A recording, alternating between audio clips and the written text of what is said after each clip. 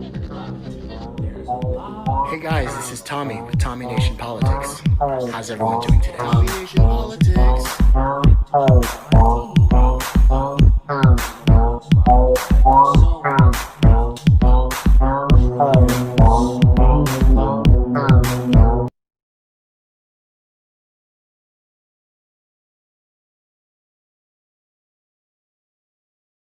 Okay?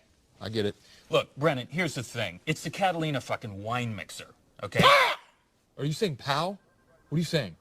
It's the biggest helicopter leasing event in the Western Hemisphere since 1997. Why does he keep doing that? I have to sell or lease at least 80 choppers to make my nut, and you mess with my nut, Brennan? Randy here is gonna eat your dick. Like Kobayashi. I've seen him do it. You've actually seen him eat a man's penis? It was in international waters, so they couldn't prosecute him, but I saw it. I'll tell you right now, I'll nail it. I'll pull it off, okay? Wait a second, why do you want this so bad, Brennan? Are you trying to get mom and dad back together or something? Why do I want this? Yeah. Because I want to make bank, bro. I want to get ass. I want to drive a Range Rover. This is an opportunity for Democrats to show what their priorities are in this crisis, given the absence of a compromise bill in the Senate. Pelosi said a couple days ago that the House would offer its own alternative when she wasn't satisfied with what was being discussed on the Senate side. There you saw her lay some of it out. The House is not in session right now. The House could not vote on this bill tomorrow or probably the next day or the next day, even if they wanted to. And I think what you're seeing here is Democrats believe they have leverage here. Republicans don't even have 50 votes in the Senate, where they are in the majority right now because some of their members are quarantined. They are trying to find their way through a solution, and Democrats believe they have some political leverage here to control the response here in the way they would like to see it performed and to get some of their priorities across the finish line. There is a political danger of overreaching here, and I think that's what you're seeing play out on the Senate floor, where Democrats are being criticized for things like including cancellation of student debt, which you could argue is not a part of the coronavirus crisis. Things like you heard the speaker there talk about election security and vote by mail, which is a very interesting issue for all of us who've been covering the connection between the virus and electoral politics, but arguably not an urgent crisis in March. And so I think this is the line the Democrats are going to be walking here is, do they press their political advantage as they see it to get the most favorable terms possible out of a Senate bill, or do they press too far and risk being blamed by the public for slowing down a bill that is widely agreed to be urgently needed out in the rest of the country? Steph. Hi there, students. Leverage. Okay, leverage is the action of using a lever. Okay, a lever, a long piece of wood or metal that you put on an axis and you pull down and it lifts something much heavier. Yeah, that's a lever. If you want to lift a big stone, maybe you put a piece of wood next to the stone and you get a long metal bar and you put it underneath the stone and you pull down. That's a lever. So leverage is the action of using this. Leverage can be either a noun or a verb. We can use it also to mean the advantage that you gain by using a lever. Because if you use a lever, you can lift something or move something that is much heavier than you can physically lift. But that's just mechanics. We very often use this word leverage metaphorically, meaning to use something to gain an advantage. So he leveraged his contacts to get the job. He gained an advantage over the other candidates by talking to his friends, to his contacts, who had influence, leverage as well, in the company. Maybe you are learning English to leverage your future possibilities in life. okay, to give yourself an advantage. So to leverage, to get a strategic advantage by using something. Now, leverage is a word that is very, very commonly used in finance. It's where it's most common. And I think the definition of the leverage of a company is the ratio, the proportion of the company's debts, the money it owes to banks, to the total value of its shares. But there are many other meanings. That's just a definition. I think the Americans call that gearing. But for example, if a company sees an opportunity, but they don't have enough money to take that opportunity, they borrow money to make higher profits. They get leverage by borrowing money in the hope that they're going to make a lot more money than just the interest payments. You could, very often a company uses leverage, the leverage of its assets, to get loans. So it says to the bank, I will give you some of the assets of the company as security against this loan. And the bank is happier to lend money, and that is leverage. Yeah? A small weight lifting something much heavier. Sometimes in a company, the workers want to buy out the company. And very often this is a leveraged buyout. The workers put some of their money or some of their shares, and then they borrow the rest. Borrow, leveraged. So this word leverage is the power to influence, maybe to have authority or control.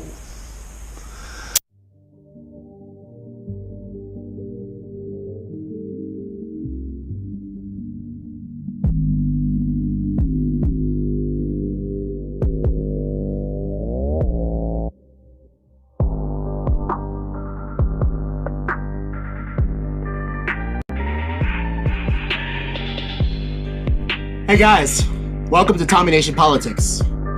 I'm Tommy. Y'all make sure you subscribe. Make sure you click the bell if you're on YouTube, notifications. Today we're going to be talking about leverage. It's a very special day today. It's the runoffs, guys. It's the runoffs. 2 Senate seats can determine whether or not we have the leverage to do democratic things. What are democratic things? Who the fuck knows?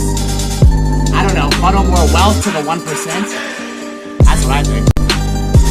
But it's a tight race. 49.7, Raphael Warnock. Leffler, 47%. Tight race. They just announced that there's going to be voting extensions in Georgia. I guess we're just going to have to sit tight. It's going to be a long, bumpy road to the runoff to the special elections. See whether or not the Democrats get a supermajority. Supermajority!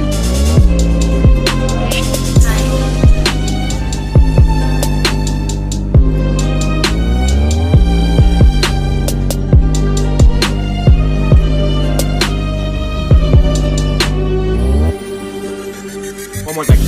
Free thinking, innovative, totally open-minded.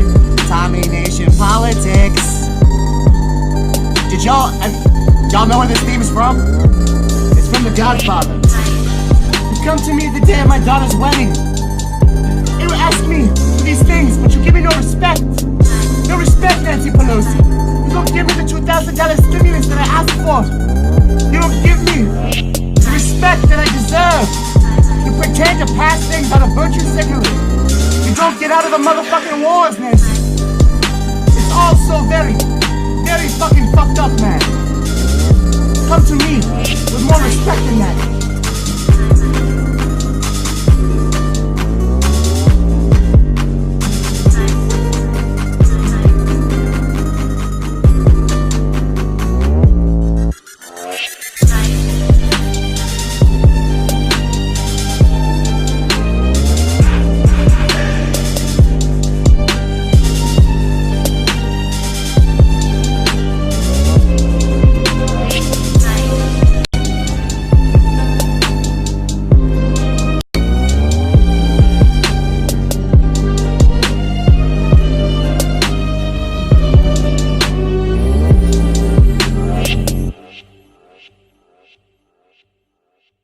Okay, who in the workplace plays politics? Okay, good. I'm glad to hear that. And again, not everyone raised their hand, but I hope by the end of the presentation that you will want to seek power in the workplace. And I hope that you'll understand the political game better and that you will, in fact, engage in the political process. Because when you hear power in politics, that can be very off-putting for people. And I think in the promo for this, we had that very famous quote by Plato, because the quote goes something like this: those who believe they're too smart for politics are condemned to being governed by those dumber than they are. And so if you aren't part of the political process, you're not part of the decision-making that takes place. And if you're interested in things like, developing relationships, if you're interested in establishing hierarchy to your advantage, so you're closer to the top and the bottom. If you're interested in how benefits get conferred or burdens get imposed, all that is a function of the political process. And this is true well in family politics. Hierarchies are established, relationships are developed, benefits are conferred, burdens are imposed. This is true, obviously, in governmental politics. And we're seeing a lot of that recently. And it's also true in organizational politics. So again, if things like developing relationships, establishing hierarchy, the allocations of burden and benefits are important to you, you need to have political skill. Now, and you also need to have power. And for those, but chances are, I mean, the power is competitive. People do seek it. There are allocations of power. And if you are not seeking it, chances are you won't have much. And others who are seeking will have it. And power is central to getting anything done. So, although the topic, again, can be a little bit off-putting, the reality is that that's how the political process is how decisions are made that affect you in a profound way. And establishing power is part of the political process. First of all, you want to make a first offer. You want to make a first offer, by the way, that has a reason behind it, some legitimacy behind it. If someone says no, when you move from it and you are willing to make a concession is a gift, psychologically speaking. And when you know this, when you enter into a negotiation, you shouldn't be afraid to make a first offer. Article just came out of Harvard's program on negotiation. I have it behind me, 5 feet behind me. They talk about powerful negotiators overwhelmingly make the first offer. Yet the conventional wisdom, 3 out of 4 executives think you don't. And then what do you do if you make the first offer and they say no? Okay, well then if you stay in the moment and you say, how about this? There's a greater likelihood they'll say yes. And you all know this, and this is an example I use. You know this from when you were teenagers. You were better because of what happened when you were teenagers. Some of you heard this one. Hey, Mom, Dad, can I have like a crazy wild party this weekend? No, you can't do that. Well, can I borrow the car? Okay. Completely the same concept, okay? So you want to know what different kinds of power there are. We mentioned the 8 different kinds of things. You want to know the different kinds of methods of influence are. We mentioned the 6 things beyond self-interest. And by the way, a political skill comes down to, let's see if I can get this one right. A political skill comes down to parent sincerity. People have to believe you're sincere. It comes down to interpersonal influence, social astuteness, and networking ability. Those 4 things, okay? So I actually have a test that we give people that measures your social astuteness and your interpersonal influence and your networking ability and your apparent sincerity. those kinds of things. So those are the kinds of things that help you be more effective politically. I want you to know what kind of power is available, and I want you to know different types of influence. Some of the quotes from this article. Again, 2014, he said, Pfeffer wrote this about Trump. He said, "We disapprove of Trump because of self-promotion, disdain for facts, and unapologetic persona." He said, a topic that's vitally important to individuals who want to thrive in today's intensely competitive work world. The enormous disconnect between leadership prescriptions regularly offered to an unsuspecting public by the enormous leadership industry, and what social science and everyday observation suggests is the best path to individual success. Trump actually embodies many of the leadership qualities that cause people to succeed, albeit they are pretty much the opposite of what leadership experts tout. Donald Trump puts his name on everything, including his buildings, and touts his success at every opportunity. Behavior that contradicts both the common sense belief that we prefer people who don't self-promote, and research that best-selling author Jim Collins published in Good to Great. Numerous studies show that narcissism, not modesty, and self-confident, even overconfident self-presentation lead to leadership roles. There's also the exposure effect. And even though we say we want people who don't self-aggrandize, we secretly like the confident, overbearing people because they provide us with confidence. Emotions are contagious and also present themselves like winners. Trump also takes liberty with the facts. No, he did not write the best-selling business book of all time, as he claimed. And some aspects of his business acumen and success are clearly exaggerated. After all, the Trump-named casinos went into bankruptcy. No matter. Telling the truth is an overrated quality for leaders. Leaders lie with more frequency and skill than others. There's no question, according to social science and studies, that people with the characteristics just described often get to leadership positions. That's not the same as necessarily being a good leader, but people do react to that, and we're actually seeing people react to that. So that sort of explains that phenomenon. But this is going to occur anyway, and to the extent power, influence, and money are, to the extent those are inevitable, they're amoral. They're neither good nor bad. And our society tends to reward people who pursue those things in some of the ways that Pfeffer described in this article, which would account for perhaps a lot of the success that he's achieved. Am I walking a tightrope here? I'm trying to. Okay, phew. But I'm just trying to share with you the social science.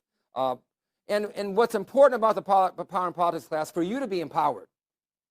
The worst thing that can happen is to, and I run into tension with other very revered, respected members of the faculty at USD on this point.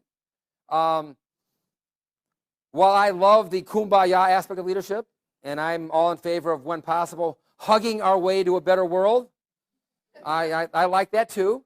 That's not the whole story. And if you think the world's a meritocracy, and you're mistaken. And if you think, that good is going to triumph and evil is going to be punished, it's just not the way it works. And what studies show, and this actually goes to this engagement index, is that political skill matters more than intelligence and performance. And you need to have political skill. And I want ethical people to put themselves in the game and understand how the game is played. And even as Pfeffer says, once you hear how the game is played, you might think, I don't want to play the game anymore. Okay? But to the extent that the power is going to be allocated anyway, and it is, the best thing that can happen for people who maybe don't have the most endearing qualities is for good people like probably many of the audience is engaged. And speaking of engaged, I'll go back to engagement index. You've all heard the studies. What percentage of the workplace is engaged? 30%. What percent is not engaged? 52%. Okay, what's the other 18%? What are they? They are actively disengaged. What does that mean? They're out to sabotage the company.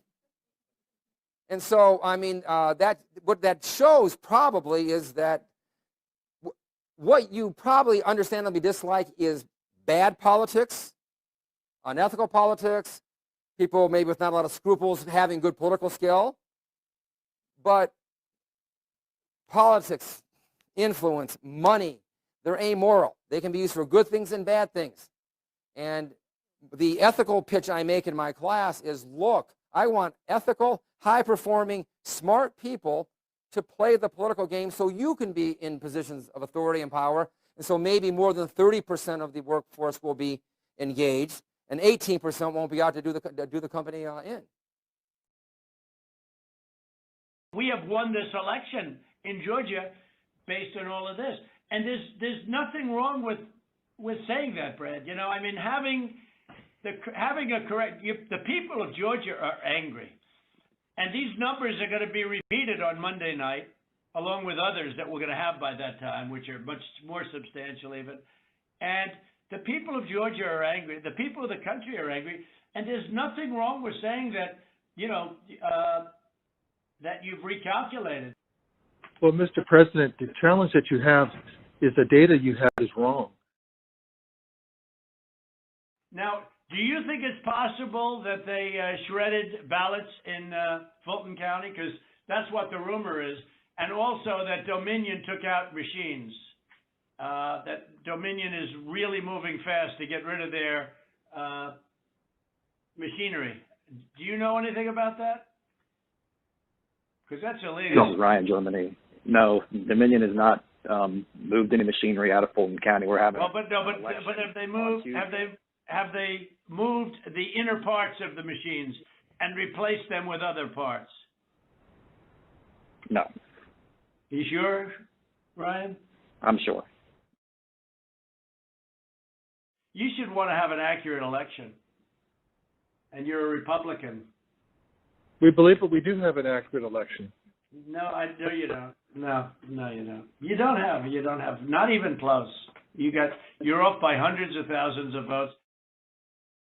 You know what they did, and you're not reporting it. That's a criminal offense, and you can't let that happen. That's a big risk to you and to Ryan, your lawyer. That's a big risk.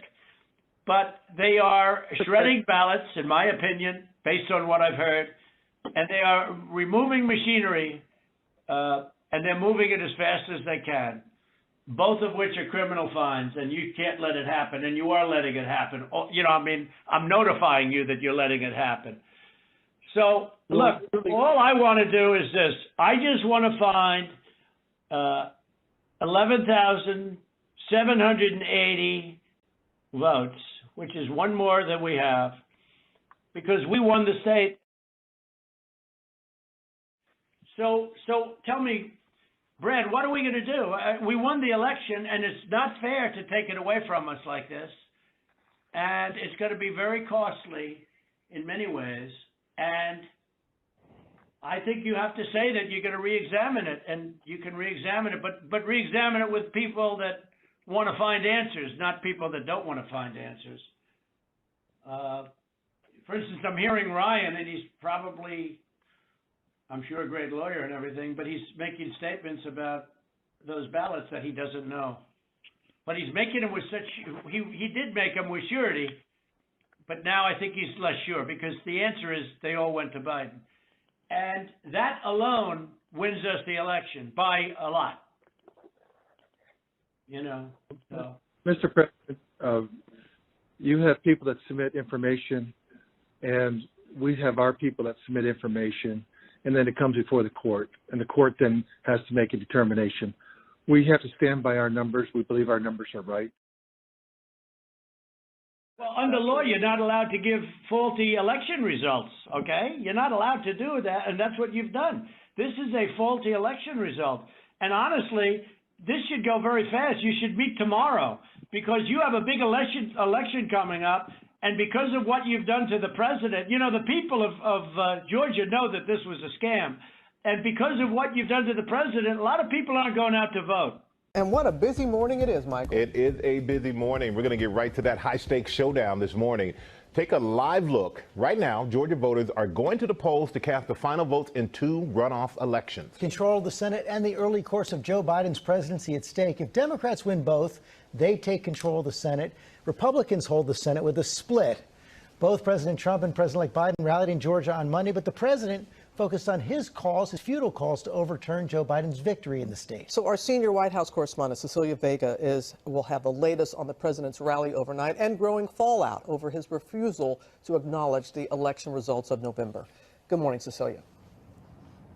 Hi, Robin. Good morning to you. President Trump, you know this, he is in denial. He cannot believe that it is possible that he lost this election. Court after court around this country has found zero evidence of widespread voter fraud. And now with all eyes on Georgia this morning, elections officials there are debunking his false conspiracy theories one by one, Republican election officials.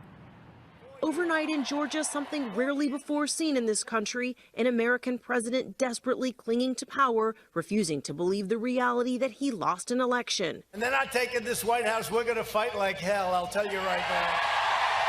It was supposed to be a rally for the two Republicans in Georgia's special election. The outcome of today's high-stakes vote determines which party controls the Senate. But President Trump was fixated on his own election. There's no way we lost Georgia. There's no way. But he did lose in all three of the state's counts. And as Congress prepares to certify the election results tomorrow, President Trump delivering a not-so-veiled threat to Vice President Mike Pence, who will preside over the joint session. I hope Mike Pence comes through for us, I have to tell you. I hope that our great Vice President comes through for us. He's a great guy.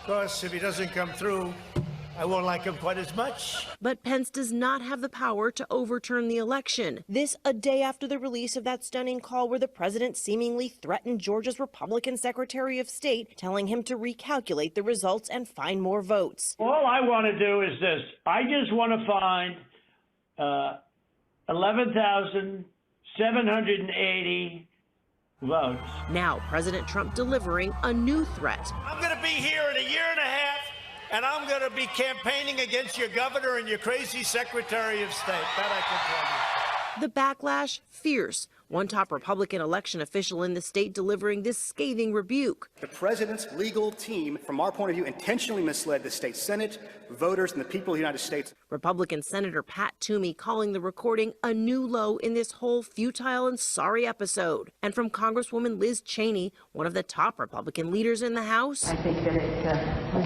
deeply troubling. And Democrats asking the FBI to investigate. This as more than half of House Republicans and 13 Republican senators are expected to challenge the results of the election when Congress formally counts the Electoral College votes tomorrow. What is usually a drama-free ceremony that takes less than an hour is now expected to be a long, drawn-out fight, with the president's allies potentially forcing an all-night debate, even though they do not have the votes to overturn Biden's decisive win. Back in Georgia, President-elect Joe Biden on the attack. Politicians cannot assert, take, or seize power. Power is given, granted by the American people alone. Now, again, in this push to deny the results of the election, President Trump is calling on his supporters to show up for protests here in Washington, and they are listening. There is a protest planned for later today right here in D.C., and tomorrow, President Trump supporters have a permit for 30,000 people to gather right here behind me. President Trump is expected to attend, and I've got to say, D.C. officials here in the city are very worried about the potential for violence. They've got extremist groups, like the Proud Boys, that are expected to show up.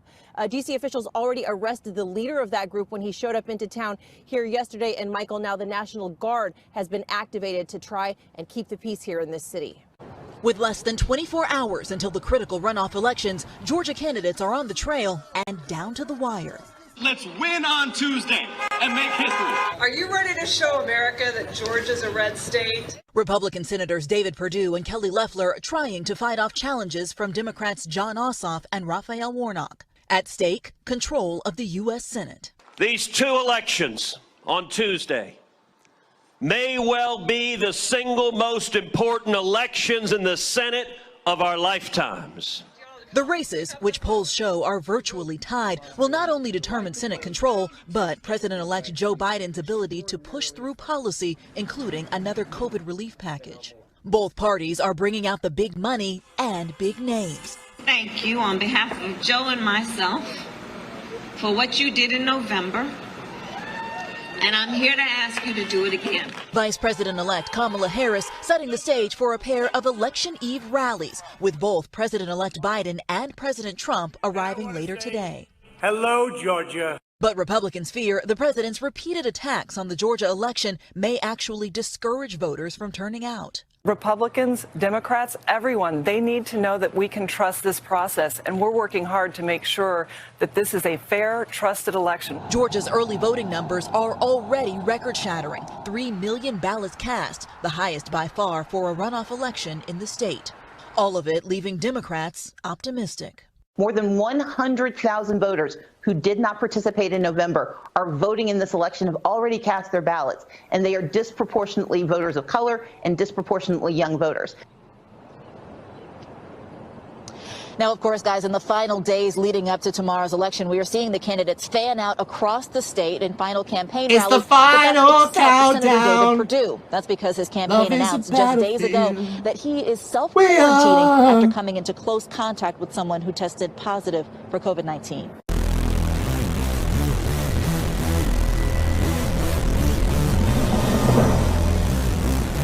How about that, guys? How about them apples?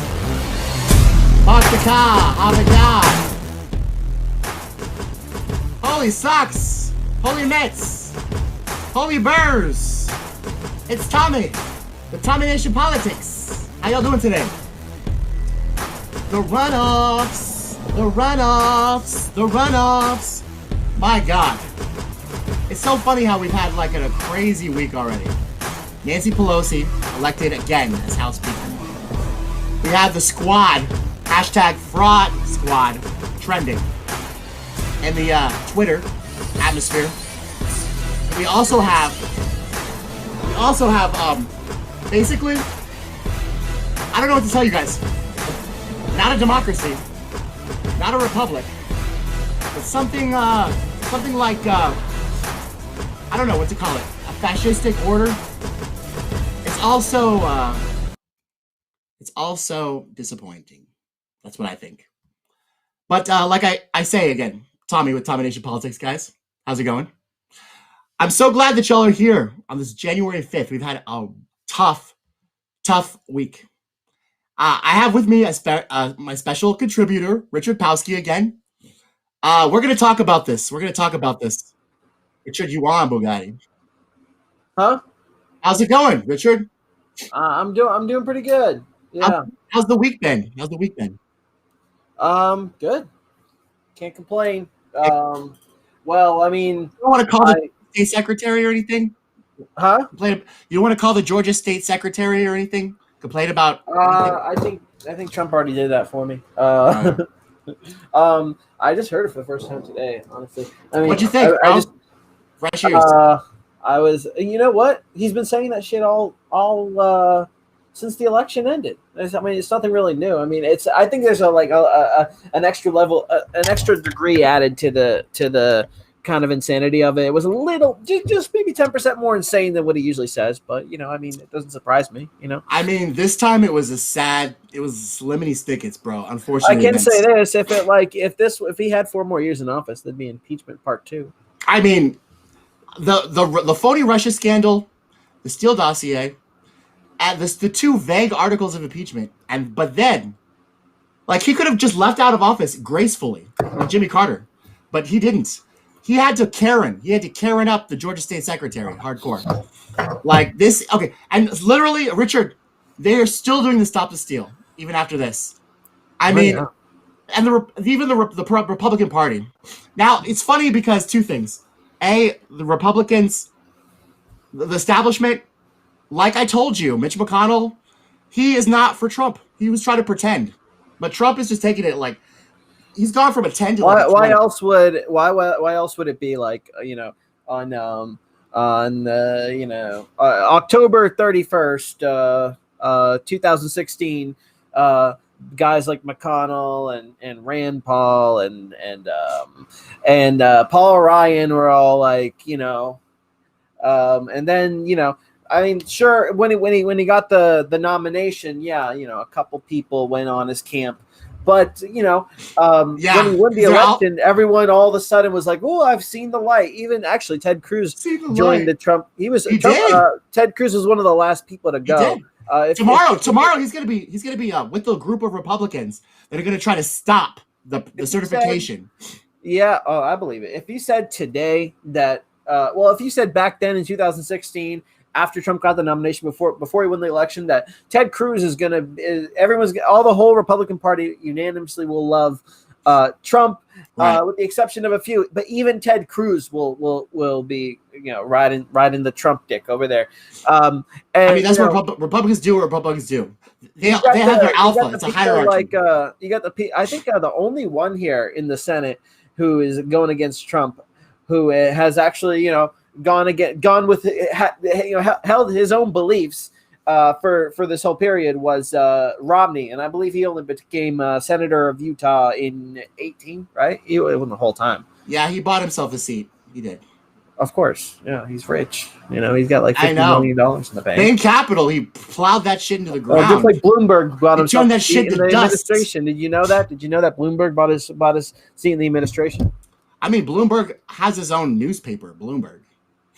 He's also got his own little policy, the stop and frisk. It's wonderful. Y'all behave. If Bloomberg was watching that phone call, he would say, "Behave, Trump, behave." I just had a weird thought about Bloomberg. What happened? I picture Bloomberg being a guy. Yeah, I gave her an NDA. It was consensual. I picture Bloomberg being the kind of guy who likes a dominatrix. He likes a woman with high heels to stomp on his ball sack while he screams and cries in pain. I just have that feeling about him. Only if she signs an NDA. Only if she signs an NDA. Sure, yeah. But I saw him on the stage next to Elizabeth Warren, and Elizabeth Warren looked more of a strong leader than Mike Bloomberg. She was destroying him. It was funny. Oh yeah, she destroyed him that was like the only time during that race where I actually had respect for Elizabeth Warren. Because the entire time she was lying. I didn't even have respect for her then. I thought it was a nice burn, but I've never had respect for her. Why? She did that. She was like, she told the Beggs to cut it out. Remember that? Yeah, cut it out. That's Hillary. She knows that everyone is gonna, there's always the popular kid in high school who says the cool stuff, but that doesn't mean they're cool, So, Richard, if the Democrats get a supermajority like they did in 2008, what do you think is going to happen? Do you think that we're going to get a $2,000 stimulus check? Do you think that we're going to? I think we're gonna have the future that Mike Bloomberg wants. That's what I think. I think Mike Bloomberg and Joe Biden are the same person. I think what's gonna happen if they get. Burn. I don't think there's any outcome that could actually put the Democrats into check. They can't be pimped out anymore by the people, or I don't think they ever could. They're pimped out by the corporations. Come in. The thing is, when we had the blue wave that wasn't. Okay, sorry.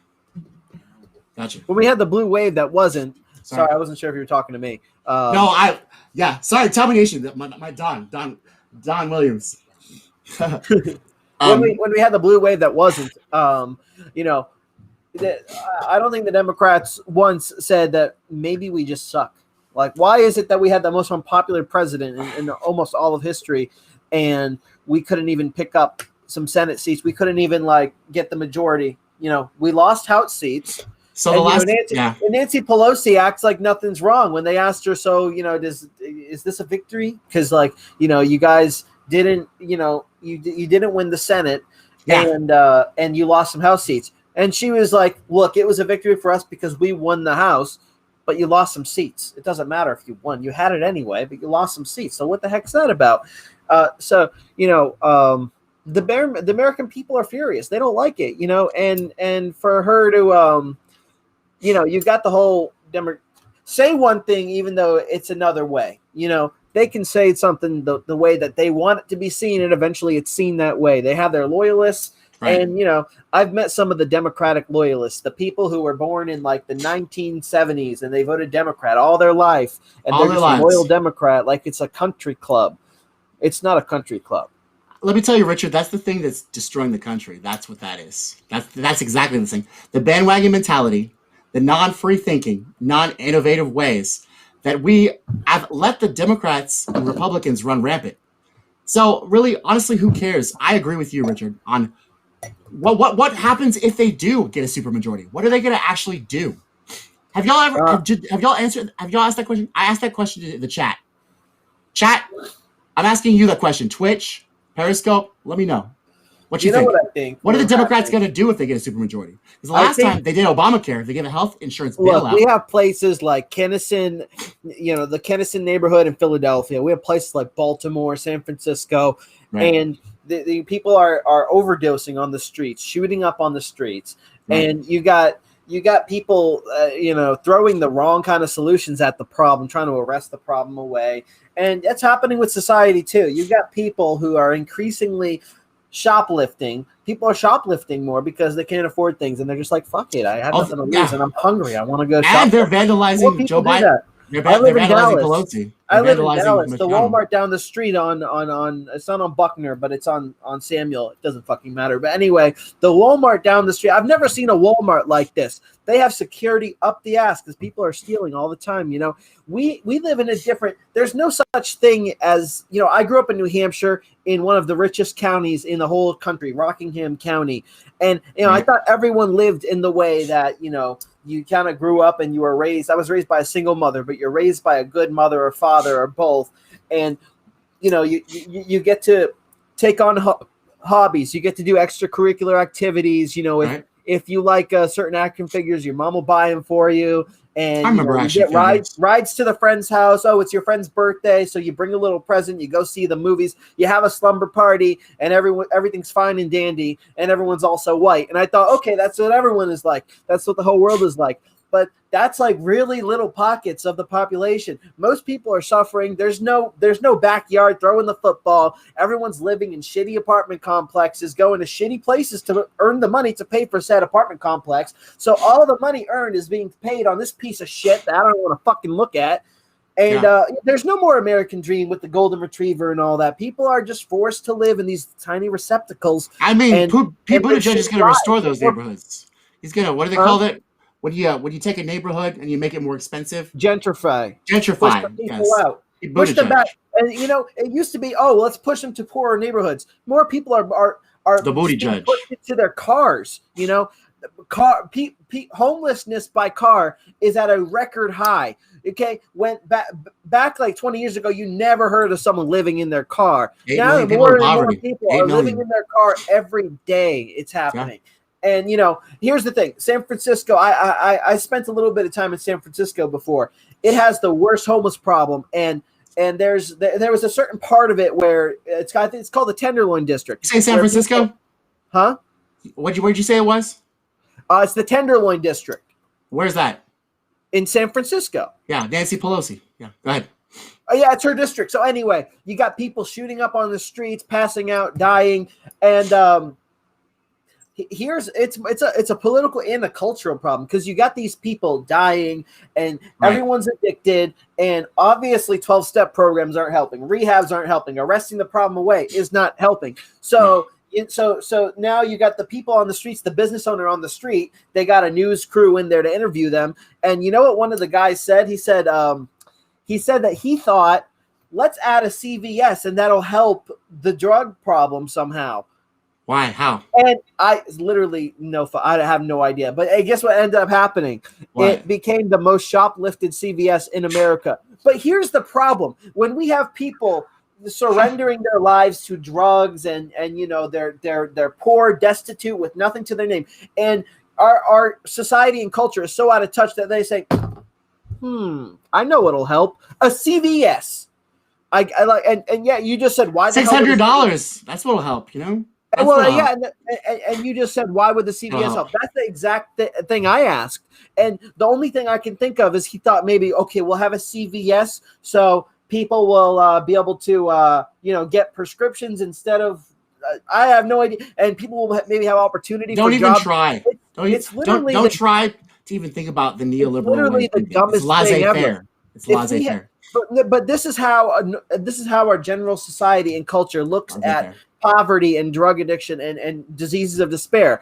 I know what the solution is: jobs. We have a million jobs. Look at all these jobs. Corporate liability. Don't forget about corporate liability. and then you corporate got people liability. simultaneously waiting in lines to go to soup kitchens. It doesn't matter if there's a trillion jobs. I mean, when the job means that, okay, for every hour of work, here you go, coins, Not everybody's waiting in lines, though, soup lines. Some of them are stopping the steal. You know that? Check this out, Richard. Check this out. So I had to, let me see if I can do this. I had to check in on the stop the steal because I really was wondering exactly if they were going to go through it after that embarrassing phone call. Video. We're going to be live. They're still going for it, bro. Commercial free until the end of They've been doing this thing. Broadcast until the end of these speeches. Enjoy. I am Tom Pappert for nationalfile.com. Likely I don't know, to be 7 p.m. off. Central Please Standard Time. enjoy this uninterrupted, commercial-free broadcast of these Alex critical Jones. historic speeches. It's the stop the steal. Roger Stone. Not only did he fight for General Flynn, but Donald Trump fights for America. Yeah.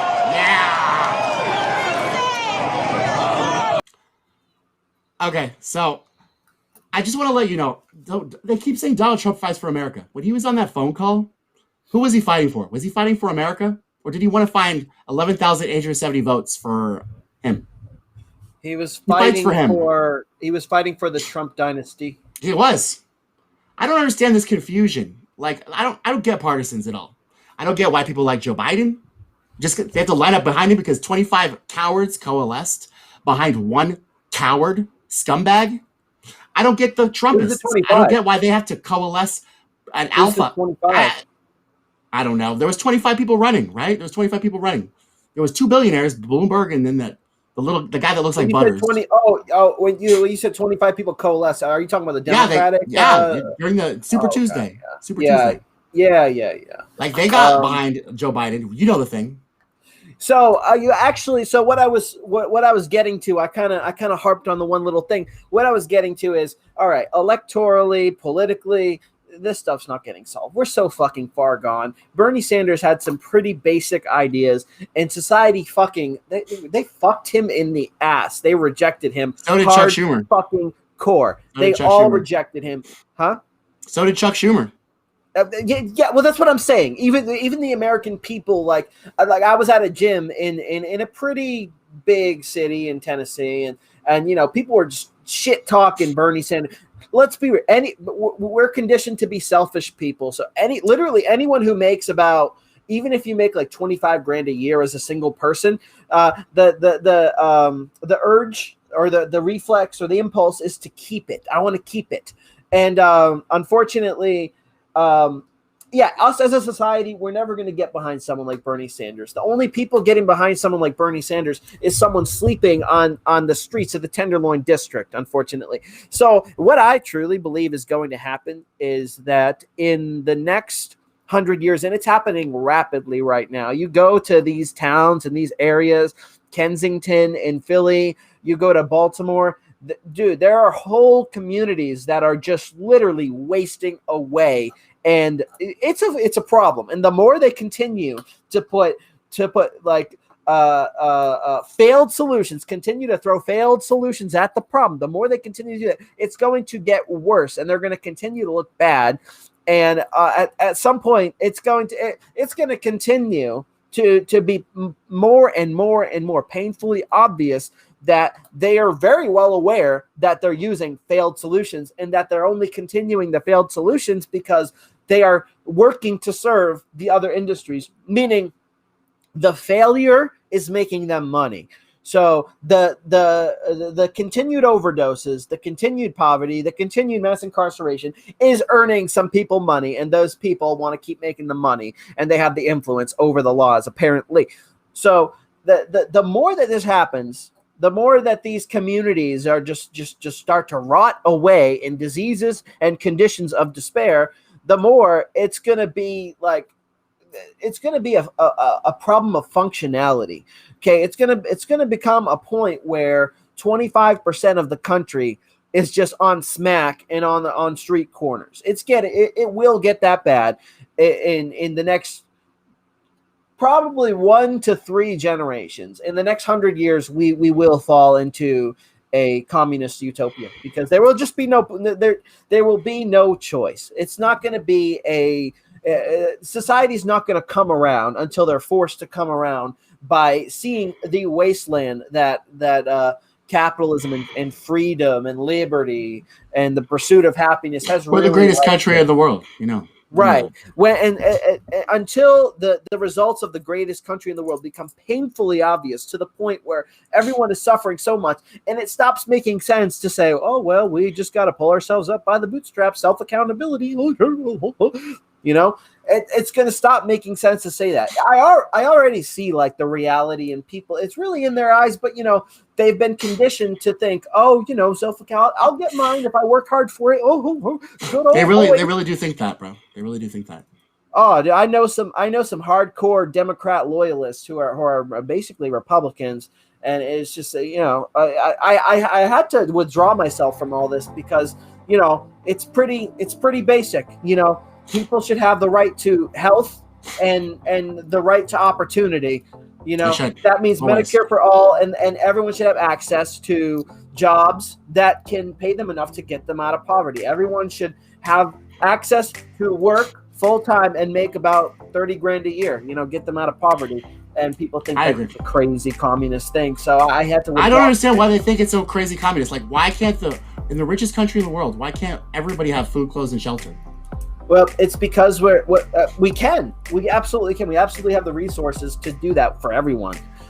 But if you even suggest that Bezos, who makes $300 million per day, if you even suggest that we should tax him at 2% and use some of that money to fund social programs, a lot of people, the worst that happens is people bully you and personally insult you if you even suggest that, and you know, other people you know, just don't agree with it.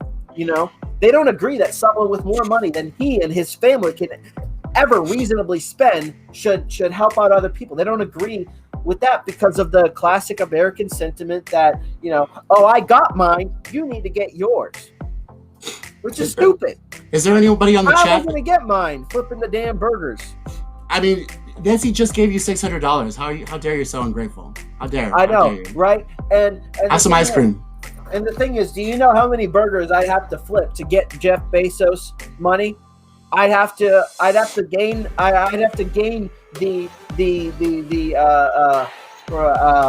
prodigy. I'd have to gain I'd have to gain the ability to have immortality. Okay. Immortal. So, yeah, and then I'd have to flip burgers nonstop for about 20,000 years. No.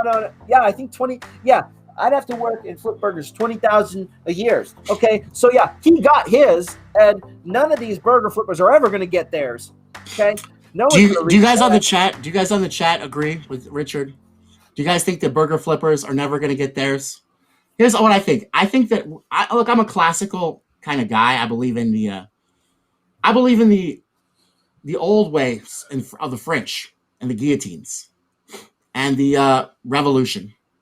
Like both of us, the French and the Americans, we revolt against the monarchs. One of my friends, Dominique, he was like, "This just seems like a monarchy. You know, it doesn't matter what's going to change in politics. Like even if the Democrats get a supermajority, like then what? Then they're just going to pass more bailouts to the banks. Then they're going to go. Then they're going to do more. They're going to do more wars. Then they're going to do more austerity, which is Nancy Pelosi being the fourth. It is a monarchy.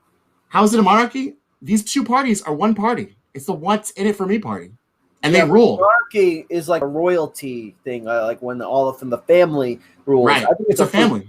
I think it's a plutocracy. Okay. Well, if you're going to be technical, whatever. All I'm saying is that we're peasants. We're peasants in either case. Because we're peasants in either case. Yeah, right? Because it's the definition of a plutocracy because the people with the money are ruling. That's the definition of what's going on. The people with the money that Mike Bloomberg, who can buy a seat in the administration or even almost buy a seat to the presidency. Bloomberg could have been the president if he started running earlier.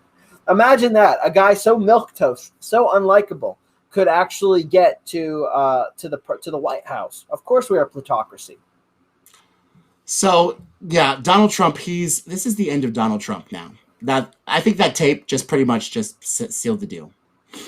Anybody who looks at that tape and is not insane, because I heard some of the partisans saying, the Republican partisans, saying that now the Secretary of State of Georgia is an enemy of America. That's insane. They're insane. I think if anything is going to get Trump in real trouble, it's their behavior in the last 2 months. It's pretty, like, he's out of control. He's just carrying out. Trump used to. I used to think Trump was a good business guy, at least, like good at protecting his own interests. But he's clearly out of control. Not even listening to his own advisors. Like, he's losing his damn mind. Kellyanne Conway doesn't know what to say. She was out there saying the talking points. Really? Yeah, I'll have to watch. She had no idea what to say after that. I'll have to, because now it looks like politically. Now it looks like, he says that the elections are rigged, right? And then a jail cell. He says the elections are rigged, and now he wants people to vote for his people in Georgia. But how are they going to vote for a rigged election? Like, that's the kind of conundrum that he's got himself in, because he Karens out all the time. It's just it's like, and then you got it's not productive. It's not even productive. It's sad. And you have Barr going on a vacation, and Mike Pence. This just proves Trump's not smart enough to plan a coup if he wants. He's not smart. He's a dumb guy. He can't get the people behind him to do it. At first, look, a smart guy would have talked about the $2,000 checks like he was, and then use that as the foundation in the beginning stages of planning a coup, and then go in for the kill. But it was almost like a big build up and then no climax at all, because you got Barr, who he went on vacation and he didn't resign, but someone else was. They're now acting as AG, Attorney General, and Mike Pence. As soon as he certifies tomorrow, he's leaving for international trips for probably till the 21st or whatever. He's one man standing right now. One man standing. I mean, he's not even standing anymore, bro. The Electoral College took it away from him. Really? It's over, bro. I'm just ignoring. For 4 years, I've ignored him. I just the mainstream media just blares everything in my face. He said, inject yourself with disinfectant. I don't care. Yeah. But now it's over for him, bro. He's toast. He did the same thing Nixon. Wasn't that the same thing Nixon did? Was he interfered with? He was trying to tamper with the election in the Watergate Hotel, right? He had to resign. He actually so before he won the election, he had some of his associates break into the DNC and steal some information, and then he got impeached, and then he resigned to avoid prosecution. Right, and so see, Trump already lost, so he has no leverage. He can't resign because he lost. So if he does stuff like this now, what could Joe Biden do but literally indict him for those things? And the new Attorney General, what could he, that's where we're going. Mr. President, you cannot Karen out right now, okay? You're still the president, and there's a lot of important things happening. Please have some self-control until you get out. Then stomp and cry all you want. Date all the models you want, and do whatever you want to do. Cheat on Melania all you want. But right now, you really have to hold it together, okay? Because you are losing it. I mean, his fans are still stopping the steal. They're dressing up. They're like colonials. They're insane, bro. I don't know, man. So the Republicans and the Democrats bad, but the Republicans, the Democrats pretend all the time and they lie, but the Republicans, they think they're someone else. They think that there's an alpha and he's brought there by God. It's like a Lion King thing. It's like Simba. It's crazy, bro. And it's made them do they believe everything he says. It's crazy. Yeah, that's my advice to everyone. In these frustrating times, for people who have common sense and agreed a lot with Bernie Sanders. My advice is to keep things at bay, keep your knowledge, keep tabs on things, but let them fucking destroy themselves. They're burning. I hope the Democrats and Republicans do, but they're in tandem. They both get paid by the same people. Raytheon, Boeing, the military-industrial complex, the banks, and Wall Street. Okay, here's an update. Georgia's runoff elections are too close to call with Senate control up for grabs. This is 9:22 Eastern time. So that was 22 minutes ago. Both Senate runoff elections are too close to call. Both runoff elections. Republican David Perdue runs against Democrat Joe Ossoff, while GOP Senator Kelly Loeffler. Actually, I got more recent numbers here. Go ahead. Spill it. Spill the guts. David Perdue is now in the lead. David Perdue's in the lead. He's now in the lead. David Perdue has 1,762,000 votes, whereas John Ossoff, am I saying it right? I think Ossoff. Okay, Ossoff has worked as Ossoff. He worked as Ossoff, man. 1,696,000. So they're about we're about, let's see, 70,000 votes. Purdue's leading by 70,000 votes. That's pretty significant here. Now Kelly Loeffler, right? Correct. Kelly Loeffler and Raphael Warnock. Okay. Kelly Loeffler, right? Loeffler. Kelly Loeffler is in the lead by 44,000 votes in the lead. So she was trailing. She was trailing earlier. Right. Well, so was Purdue is also trailing with 50% reporting, but I guess we just got a huge amount in. Yeah, the bump. And, now they're both in the lead now by several thousand votes, tens of thousands of votes, I should say. Give it to me straight. What do you want to happen tonight out of these races?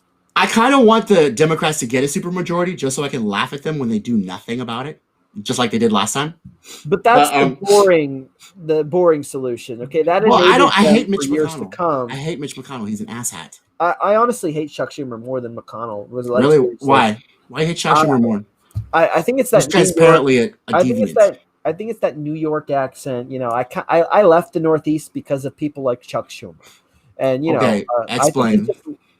Just the whole way he talks. Like, okay, all right, when Trump shut down the government and Chuck Schumer was like talking to he was just like a slime ball shyster. The way he talked to the Americans, he's like, I see that.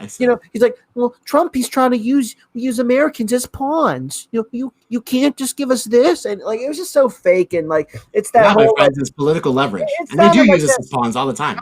It sounded like that whole like, feel sorry for me. We're please, we're the little guy, and he is such a backstabber, and he's a piece of shit. Okay, Nancy Pelosi used us as leverage during Christmas. The definition of a majority leader for any party in the Senate, as things are today, you have to be a fucking backstabber to be that. And I just think he's a piece of shit. And his stupid voice and accent just make it worse. And Mitch McConnell is a piece of shit too. But I don't know. And he looks like a turtle. And he's like, who in the world would ever marry that thing? Like really, Elaine Chao, classic penis. Elaine Chao. He's got a hot wife, honestly. Like he has. I know, it's a trophy wife, just like a Trump. He got his from Kentucky, probably though. So that's probably why she doesn't look as good as Melania. Trump knows how to open up the foreign catalogs. If there's one thing I respect, he's got that subscription. If there's one thing I do respect about McConnell, it's his relationship with his wife. They seem to have a good relationship. That's the only thing I probably respect about him.